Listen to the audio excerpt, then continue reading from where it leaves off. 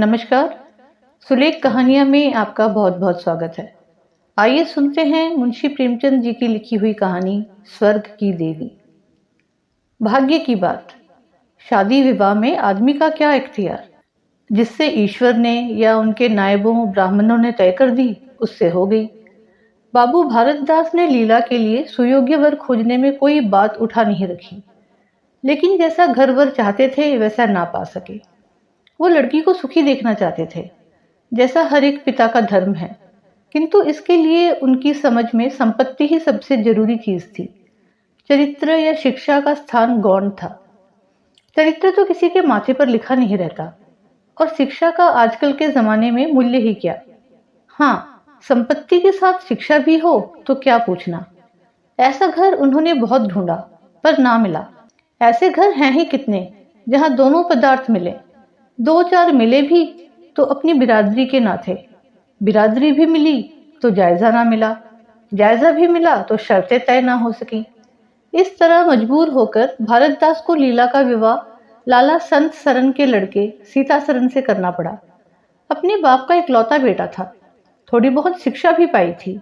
बातचीत सलीके से करता था। मामले मुकदमे समझता था, और जरा दिल का रंगीला भी था। सबसे बड़ी बात यह थी कि रूपवान, बलिष्ठ, प्रसन्नमुख, साहसी आदमी था। मगर विचार वही बाबा आदम के जमाने के थे। पुरानी जितनी बातें हैं सब अच्छी, नई जितनी बातें हैं सब खराब। जायदाद के विषय में जमींदार साहब नए नए दफों का व्यवहार करते थे। वहां अपना कोई अख्तियार ना था, लेकिन सामाजिक प्रथाओं के कट्टर पक्षपाती थे। सीतासरन अपने बाप को जो करते या कहते देखता, वही खुद भी कहता और करता था। उसमें खुद सोचने की शक्ति ही ना थी। बुद्धि की मंदता बधुआ सामाजिक अनुदारता के रूप में प्रकट होती है। लीला ने जिस दिन घर में पांव रखा, उसी दिन उसकी परीक्षा शुरू हुई। वे सभी काम जिनकी उसके घर में तारीफ होती थी वहां वर्जित थे। उसे बचपन से ही ताजी हवा पर जान देना सिखाया गया था। यहाँ उसके सामने मुख खोलना भी पाप था। बचपन से सिखाया गया था कि रोशनी ही जीवन है। यहाँ रोशनी के दर्शन भी दुर्लभ थे। घर पर अहिंसा, क्षमा और दया ईश्वरीय गुण बताए गए थे। यहाँ इसका नाम लेने की भी स्वाधीनता न थी। संत सरन बड़े तीखे गुस्सेवर आदमी थे। नाक पर मक्खी न बैठने देते। धूर्तता और छल कपट से ही उन्होंने जायदाद पैदा की थी, और उसी को सफल जीवन का मंत्र समझते थे। उनकी पत्नी उनसे भी 2 उंगल ऊंची थी। मजाल क्या कि बहू अपनी अंधेरी कोठरी के द्वार पर खड़ी हो जाए, या कभी छत पर टहल सके। प्रलय आ जाता, आसमान सर पर उठा लेती। उन्हें बकने का मर्ज था। दाल में नमक का जरा तेज हो जाना उन्हें दिन भर बकने के लिए काफी बहाना था। मोटी ताजी महिला थी। छींट का घाघरेदार लहंगा पहने, पानदान बगल में रखे, गहनों से लदी हुई, सारे दिन बरोठे में माची पर बैठी रहती थी। क्या मजाल कि घर में उनकी इच्छा के विरुद्ध एक पत्ता भी हिल जाए। बहू की नई नई आदतें देख देख जला करती थी। अब काहे को आबरू रहेगी, मुंडेर पर खड़ी होकर झांकती है। मेरी लड़की ऐसी दिलेर दिलेर होती तो गला घोंट देती। ना जाने इसके देश में कौन लोग बसते हैं। गहने नहीं पहनती, जब देखो नंगी बुच्ची बनी बैठी रहती है। ये भी कोई अच्छे लक्षण है। लीला के पीछे सीतासरन पर भी फटकार पड़ती। तुझे भी चांदनी में सोना अच्छा लगता है, क्यों? तू भी अपने को मर्द कहेगा। वो मर्द कैसा कि औरत उसके कहने में ना रहे। दिन भर घर में घुसा रहता है, मुंह में जुबान नहीं है, समझता क्यों नहीं? सीतासरन कहता, अम्मा, जब कोई मेरे समझाने से माने तब तो। माँ ने कहा, मानेगी क्यों नहीं? तू मर्द है कि नहीं? मर्द वो चाहिए कि कड़ी निगाह से देखे तो औरत कांप उठे। सीतासरन ने जवाब दिया, तुम तो समझाती ही रहती हो। माँ ने फिर कहा, मेरी उसे क्या परवाह? समझती होगी बुढ़िया 4 दिन में मर जाएगी, तब मैं मालकिन हो ही जाऊंगी। सीतासरन बोला, तो मैं भी तो उसकी बातों का जवाब नहीं दे पाता। देखती नहीं हो कितनी दुर्बल हो गई है। वो रंग ही नहीं रहा। उस कोठरी में पड़े पड़े उसकी दशा बिगड़ती जाती है। बेटे के मुंह से ऐसी बातें सुन माता आग हो जाती है और सारे दिन जलती। कभी भाग्य को कोसती, कभी समय को। सीतासरन माता के सामने तो ऐसी बातें करता, लेकिन लीला के सामने जाते ही उसकी मति बदल जाती थी। वो वही बातें करता जो लीला को अच्छी लगती। यहाँ तक कि दोनों वृद्धा की हंसी उड़ाते। लीला को इसमें और कोई सुख न था। वो सारे दिन कुड़ती रहती, कभी चूल्हे के सामने ना बैठी थी, पर यहाँ पसेरियों आटा थोपना पड़ता, मजूरों और टहलुओं के लिए भी रोटियां पकानी पड़ती। कभी कभी वो चूल्हे के सामने बैठी घंटों रोती। ये बात ना थी कि ये लोग कोई महाराज रसोइया ना रख सकते हो, पर घर की पुरानी प्रथा यही थी कि बहू खाना पकाए, और उस प्रथा को निभाना जरूरी था। सीता सरन को देखकर लीला का संतृप्त हृदय एक क्षण के लिए शांत हो जाता था। गर्मी के दिन थे और संध्या का समय। बाहर हवा चलती, भीतर देह फूकती थी। लीला कोठरी में बैठी एक किताब देख रही थी कि सीता सरन ने आकर कहा, यहाँ तो बड़ी गर्मी है, बाहर बैठो। लीला, ये गर्मी उन तानों से अच्छी है जो अभी सुनने पड़ेंगे। सीता सरन, आज अगर बोली तो मैं भी बिगड़ जाऊंगा। लीला, तब तो मेरा घर में रहना ही मुश्किल हो जाएगा। सीता सरन, बला से अलग ही रहेंगे। लीला, मैं तो मर भी जाऊं तो भी अलग ना रहूं। वो जो कुछ कहती सुनती हैं अपनी समझ से मेरे भले के लिए ही कहती सुनती हैं। उन्हें मुझसे कुछ दुश्मनी थोड़ी ही है। हाँ, हमें उनकी बातें अच्छी ना लगे ये दूसरी बात है। उन्होंने खुद वो सब कष्ट झेले हैं जो वो मुझे झिलवाना चाहती है। उनके स्वास्थ्य पर उन कष्टों का जरा भी असर नहीं पड़ा। वो इस 65 वर्ष की उम्र में मुझसे कहीं ठाठी हैं। फिर उन्हें कैसे मालूम हो कि इन कष्टों से स्वास्थ्य बिगड़ सकता है। सीता सरन ने उसके मुरझाए हुए मुख की ओर करुण नेत्रों से देखकर कहा, तुम्हें इस घर में आकर बहुत दुख सहना पड़ा। ये घर तुम्हारे योग्य न था। तुमने पूर्व जन्म में जरूर कोई पाप किया होगा। लीला ने पति के हाथों से खेलते हुए कहा, यहाँ ना आती तो तुम्हारा प्रेम कैसे पाती। 5 साल गुजर गए। लीला 2 बच्चों की माँ हो गई। एक लड़का था, दूसरी लड़की। लड़के का नाम जानकी सरन रखा गया और लड़की का नाम कामिनी। दोनों बच्चे घर को गुलजार किए रहते थे। लड़की दादा से हिली थी, लड़का दादी से। दोनों शौक और शरीर थे। गाली दे बैठना, मुंह चिढ़ा देना तो उनके लिए मामूली बात थी। दिन भर खाते और आए दिन बीमार पड़े रहते। लीला ने खुद सभी कष्ट सह लिए थे, पर बच्चों में बुरी आदतों का पड़ना उसे बहुत बुरा मालूम होता था, किंतु उसकी कौन सुनता था। बच्चों की माता होकर उसकी अब गणना ही ना रही थी। जो कुछ थे बच्चे थे, वो कुछ ना थी। उसे किसी बच्चे को डांटने का भी अधिकार ना था। सांस फाड़ खाती थी।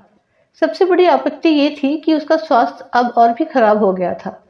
प्रसव काल में उसे वे भी अत्याचार सहने पड़े जो अज्ञान, मूर्खता और अंधविश्वास के सौर की रक्षा के लिए गढ़ रखे थे। उस काल कोठरी में जहाँ हवा का गुजर ना था, न प्रकाश का, न सफाई का, चारों ओर दुर्गंध और सील और गंदगी भरी हुई थी। उसका कोमल शरीर सूख गया। एक बार जो कसर रह गई थी वो दूसरी बार पूरी हो गई। चेहरा पीला पड़ गया, आंखें धस गई। ऐसा मालूम होता बदन में खून ही नहीं रहा, सूरत ही बदल गई। गर्मियों के दिन थे। एक तरफ आम पके, दूसरी तरफ खरबूजे। इन दोनों फलों की ऐसी अच्छी फसल पहले कभी ना हुई थी। अब की इनमें इतनी मिठास ना जाने कहां से आ गई थी कि कितना ही खाओ मन न भरे। संत सरन के इलाके में आम और खरबूजे के टोकरे भरे चले आते थे। सारा घर खूब उछल उछल खाता था। बाबू साहब पुरानी हड्डी के आदमी थे। सवेरे 1 सैकड़े आमों का नाश्ता करते, फिर पसेरी भर खरबूजे चट कर जाते। मालकिन उनसे पीछे रहने वाली ना थी। उन्होंने तो एक वक्त का भोजन ही बंद कर दिया था। अनाज सड़ने वाली चीज नहीं, आज नहीं कल खर्च हो जाएगा। आम और खरबूजे तो एक दिन भी नहीं ठहर सकते। शुद्धनी थी और क्या। यूं ही हर साल दोनों चीजों की रेल पेल होती थी, पर किसी को कभी कोई शिकायत न होती थी। कभी पेट में गिरानी मालूम हुई तो हड़ की फंकी मार ली। एक दिन बाबू संत सरन के पेट में मीठा मीठा दर्द होने लगा। आपने उसकी परवाह न की, आम खाने बैठ गए। सैकड़ा पूरा करके उठे ही थे कि कै हुई, गिर पड़े। फिर तो तिल तिल पर कै और दस्त होने लगे, हैजा हो गया। शहर के डॉक्टर बुलाए गए, लेकिन उनके आने के पहले ही बाबू साहब चल बसे थे। रोना पीटना मच गया। संध्या होते होते लाश घर से निकली। लोग दाह क्रिया करके आधी रात को लौटे तो मालकिन को भी कै और दस्त हो रहे थे। फिर दौड़ धूप शुरू हुई, लेकिन सूर्य निकलते निकलते वो भी सिधार गई। स्त्री पुरुष जीवन पर्यंत एक दिन के लिए भी अलग न हुए थे। संसार से भी साथ ही साथ गए। सूर्यास्त के समय पति ने प्रस्थान किया, सूर्योदय के समय पत्नी ने। लेकिन मुसीबत का अभी अंत न हुआ था। लीला तो संस्कार की तैयारियों में लगी थी। मकान की सफाई की तरफ किसी ने ध्यान न दिया। तीसरे दिन दोनों बच्चे दादा दादी के लिए रोते रोते बैठक में जा पहुंचे। वहां एक आले पर खरबूजा कटा हुआ पड़ा था। 2-3 कलमी आम भी रखे थे। इन पर मक्खियां भिनक रही थी। जानकी ने एक टीपाई पर चढ़कर दोनों चीजें उतार ली और दोनों ने मिलकर खाईं। शाम होते होते दोनों को हैजा हो गया और दोनों माँ बाप को रोता छोड़ चल बसे। घर में अंधेरा हो गया। 3 दिन पहले जहाँ चारों तरफ चहल पहल थी, वहां अब सन्नाटा छाया हुआ था। किसी के रोने की आवाज भी सुनाई न देती थी। रोता ही कौन? ले दे के कुल 2 प्राणी रह गए थे और उन्हें रोने की सुधि न थी। लीला का स्वास्थ्य पहले भी कुछ अच्छा न था। अब तो वो और भी बेजान हो गई। उठने बैठने की शक्ति भी ना रही। हर दम खोई सी रहती। न कपड़े लत्तों की सुधि थी, न खाने पीने की। उसे न घर से वास्ता था, न बाहर से। जहां बैठती वहीं बैठी रह जाती। महीनों कपड़े ना बदलती, सर में तेल ना डालती। बच्चे ही उसके प्राणों के आधार थे। जब वही ना रहे तो मरना और जीना बराबर था। रात दिन यही मनाया करती कि भगवान यहाँ से ले चलो। सुख दुख सब भुगत चुकी। अब सुख की लालसा नहीं है, लेकिन बुलाने से मौत किसी को आई है। सीता सरन भी पहले तो बहुत रोया धोया, यहाँ तक कि घर छोड़कर भाग जाता था। लेकिन ज्यों-ज्यों दिन गुजरते थे, बच्चों का शोक उसके दिल से मिटता जाता था। संतान का दुख तो कुछ माता ही को होता है। धीरे धीरे उसका जी संभल गया। पहले की भांति मित्रों के साथ हंसी दिल लगी होने लगी। यारों ने और भी चंग पर चढ़ाया। अब घर का मालिक था, जो चाहे कर सकता था। कोई उसका हाथ रोकने वाला ना था। सैर सपाटे करने लगा। कहाँ तो लीला को रोते देख उसकी आंखें सजल हो जाती थी, कहाँ अब उसे उदास और शोकमग्न देखकर झुंझला उठता। जिंदगी रोने ही के लिए तो नहीं है। ईश्वर ने लड़के दिए थे, ईश्वर ही ने छीन लिए। क्या लड़कों के पीछे प्राण दे देना होगा? लीला ये बातें सुनकर भौचक्की रह जाती। पिता के मुंह से ऐसे शब्द निकल सकते हैं? संसार में ऐसे प्राणी भी हैं? होली के दिन थे। मर्दानी में गाना बजाना हो रहा था। मित्रों की दावत का भी सामान किया गया था। अंदर लीला जमीन पर पड़ी हुई रो रही थी। त्योहारों के दिन उसके रोते ही कटते थे। आज बच्चे होते तो अच्छे अच्छे कपड़े पहन कैसे उछलते फिरते। वही ना रहे तो कहाँ की तीज और कहाँ का त्योहार। सहसा सीता सरन ने आकर कहा, क्या दिन भर रोती ही रहोगी? जरा कपड़े तो बदल डालो, आदमी बन जाओ। ये क्या तुमने अपनी गत बना रखी है? लीला, तुम जाओ अपनी महफिल में बैठो। तुम्हें मेरी क्या फिक्र पड़ी है? सीता सरन, क्या दुनिया में और किसी के लड़के नहीं मरते? तुम्हारे ही सर पर मुसीबत आई है। लीला, ये बात कौन नहीं जानता? अपना अपना दिल ही तो है, उस पर किसी का क्या बस है। सीता सरन, मेरे साथ भी तो तुम्हारा कुछ कर्तव्य है। लीला ने कुतूहल से पति को देखा, मानो उसका आशय नहीं समझी, फिर मुंह फेर कर रोने लगी। सीता सरन, मैं अब इस मनहूसियत का अंत कर देना चाहता हूँ। अगर तुम्हारा अपने दिल पर काबू नहीं है तो मेरा भी अपने दिल पर काबू नहीं है। मैं अब जिंदगी भर मातम नहीं मना सकता। लीला, तुम राग रंग मनाते हो तो मैं तुम्हें मना तो नहीं करती। मैं रोती हूं तो क्यों रोने नहीं देते? सीता सरन, मेरा घर रोने के लिए नहीं है। लीला, अच्छी बात है, तुम्हारे घर में ना रोऊंगी। लीला ने देखा मेरे स्वामी मेरे हाथों से निकले जा रहे हैं। उन पर विषय का भूत सवार हो गया था और कोई समझाने वाला नहीं। वो अपने होश में नहीं है। मैं क्या करूं? अगर मैं चली जाती हूँ तो थोड़े ही दिनों में सारा घर मिट्टी में मिल जाएगा और इनका वही हाल होगा जो स्वार्थी मित्रों के चुंगल में फंसे हुए नौजवान रसियों का होता है। कोई उल्टा घर में आ जाएगी और इनका सर्वनाश कर देगी। ईश्वर, मैं क्या करूं? अगर इन्हें कोई बीमारी हो जाती है तो क्या मैं उस दशा में इन्हें छोड़कर चली जाती? कभी नहीं। मैं तन मन से इनकी सेवा शुश्रूषा करके ईश्वर से प्रार्थना करती, देवताओं की मनौतियां करती। माना इन्हें शारीरिक रोग नहीं है, लेकिन मानसिक रोग अवश्य है। आदमी रोने की जगह हंसे और हंसने की जगह रोए, उसके दीवाना होने में क्या संदेह है? मेरे चले जाने से इनका सर्वनाश हो जाएगा। इन्हें बचाना मेरा धर्म है। हाँ, मुझे अपना शोक भूल जाना होगा। रोऊंगी, रोना तो तकदीर में लिखा ही है, रोऊंगी, लेकिन हंस हंस कर अपने भाग्य से लड़ूंगी। जो जाते रहे उनके नाम को रोने के सिवा और कर ही क्या सकती हूँ, लेकिन जो है उसे न जाने दूंगी। ए टूटे हुए हृदय, आज तेरे टुकड़ों को जमा करके एक समाधि बनाऊं और अपने शोक को उसके हवाले कर दूं। ओ रोने वाली आंखें, आओ मेरे आंसुओं को अपने विहंसित छटा में छिपा लो। आओ मेरे आभूषणों, मैंने बहुत दिनों तक तुम्हारा अपमान किया, मेरा अपराध क्षमा करो। तुम मेरे भले दिनों के साथी हो, तुमने मेरे साथ बहुत विहार किए हैं, अब इस संकट में मेरा साथ दो, मगर दगा ना करना, मेरे भेदों को छिपाए रखना। लीला सारी रात बैठी अपने मन से यही बातें करती रही। उधर मर्दाने में धमाचौकड़ी मची हुई थी। सीता सरन नशे में चोर कभी गाता था, कभी तालियां बजाता था। उसके मित्र लोग भी उसी रंग में रंगे हुए थे। मालूम होता था इनके लिए भोग विलास के सिवा और कोई काम नहीं है। पिछले पहर को महफिल में सन्नाटा हो गया। हू हा की आवाजें बंद हो गईं। लीला ने सोचा, क्या लोग कहीं चले गए या सो गए?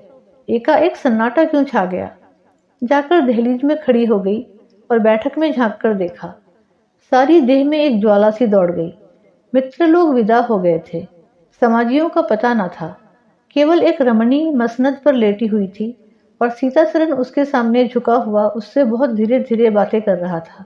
दोनों के चेहरों और आंखों से उनके मन के भाव साफ झलक रहे थे। एक की आंखों में अनुराग था, दूसरे की आंखों में कटाक्ष। एक भोला भाला हृदय एक मायाविनी रमणी के हाथों लुटा जाता था। लीला की संपत्ति को उसकी आंखों के सामने एक छलिनी चुराई ली जाती थी। लीला को ऐसा क्रोध आया कि इसी समय चलकर इस उल्टा को आड़े हाथों लूं, ऐसा धुतकारूं कि वो भी याद करे, खड़े खड़े निकाल दूं। वो पत्नी भाव जो बहुत दिनों से सो रहा था जाग उठा और उसे विकल करने लगा, पर उसने जब्त किया। वेग से दौड़ती हुई तृष्णाएं अकस्मात ना रोकी जा सकती थीं। वो उल्टे पांव भीतर लौट आई और मन को शांत करके सोचने लगी। वो रूप रंग में, हाव भाव में, नखे तिल्ले में उस दुष्टा की बराबरी नहीं कर सकती। बिल्कुल चांद का टुकड़ा है, अंग अंग में स्फूर्ति भरी हुई है, पोर पोर में मत झलक रहा है। उसकी आंखों में कितनी तृष्णा है, तृष्णा नहीं बल्कि ज्वाला। लीला उसी वक्त आईने के सामने गई। आज कई महीनों के बाद उसने आईने में अपनी सूरत देखी। उसके मुख से एक आह निकल गई। शोक ने उसकी काया पलट कर दी थी। उस रमणी के सामने वो ऐसी लगती थी जैसे गुलाब के सामने जूही का फूल। सीता सरन का खुमार शाम को टूटा। आंखें खुली तो सामने लीला को खड़ी मुस्कुराते देखा। उसकी अनोखी छवि आंखों में समा गई। ऐसे खुश हुए मानो बहुत दिनों के वियोग के बाद उससे भेंट हुई हो। उसे क्या मालूम था कि ये रूप भरने के लिए लीला ने कितने आंसू बहाए हैं। केशों में ये फूल गूंजने से पहले आंखों से कितने मोती पिरोए हैं। उन्होंने एक नवीन प्रेमोत्साह से उठकर उसे गले लगा लिया और मुस्कुराकर बोले, आज तो तुमने बड़े बड़े शस्त्र सजा रखे हैं, कहाँ भागो? लीला ने अपने हृदय की ओर उंगली दिखाकर कहा, यहाँ आ बैठो। बहुत भागे फिरते हो, अब तुम्हें बांध कर रखूंगी। बाग की बहार का आनंद तो उठा चुके, अब इस अंधेरी कोठरी को भी देख लो। सीता सरन ने लज्जित होकर कहा, उसे अंधेरी कोठरी मत कहो लीला, वो प्रेम का मानसरोवर है। इतने में बाहर से किसी मित्र के आने की खबर आई। सीता सरन चलने लगे तो लीला ने उसका हाथ पकड़कर कहा, मैं न जाने दूंगी। सीता सरन, अभी आता हूँ। लीला, मुझे डर लगता है, कहीं तुम चले ना जाओ। सीता सरन बाहर आए तो मित्र महाशय बोले, आज दिन भर सोते ही रहे क्या? बहुत खुश नजर आते हो। इस वक्त वो वहां चलने की ठहरी थी ना, तुम्हारी राह देख रही है। सीता सरन, चलने को तो तैयार हूं, लेकिन लीला जाने नहीं देती। मित्र, नीरे गावदी ही रहे, आ गए फिर बीवी के पंजे में, फिर किस बिरसे पर गरमाए थे। सीता सरन, लीला ने घर से निकाल दिया था, तब आश्रय ढूंढता फिरता था, अब उसने द्वार खोल दिए हैं और खड़ी बुला रही है। मित्र, अजी यहाँ वो आनंद कहाँ? घर को लाख सजाओ तो क्या बाग हो जाएगा? सीता सरन, भाई घर बाग नहीं हो सकता, पर स्वर्ग हो सकता है। मुझे इस वक्त अपनी शुद्रता पर इतनी लज्जा आ रही है, वो मैं ही जानता हूँ। जिस संतान शोक में उसने अपने शरीर को घुला डाला और अपने रूप लावण्य को मिटा दिया, उसी शोक को केवल मेरा एक इशारा पाकर उसने भुला दिया। ऐसा भुला दिया मानो कभी शोक हुआ ही नहीं। मैं जानता हूँ कि वो बड़े से बड़े कष्ट सह सकती है। मेरी रक्षा उसके लिए आवश्यक है।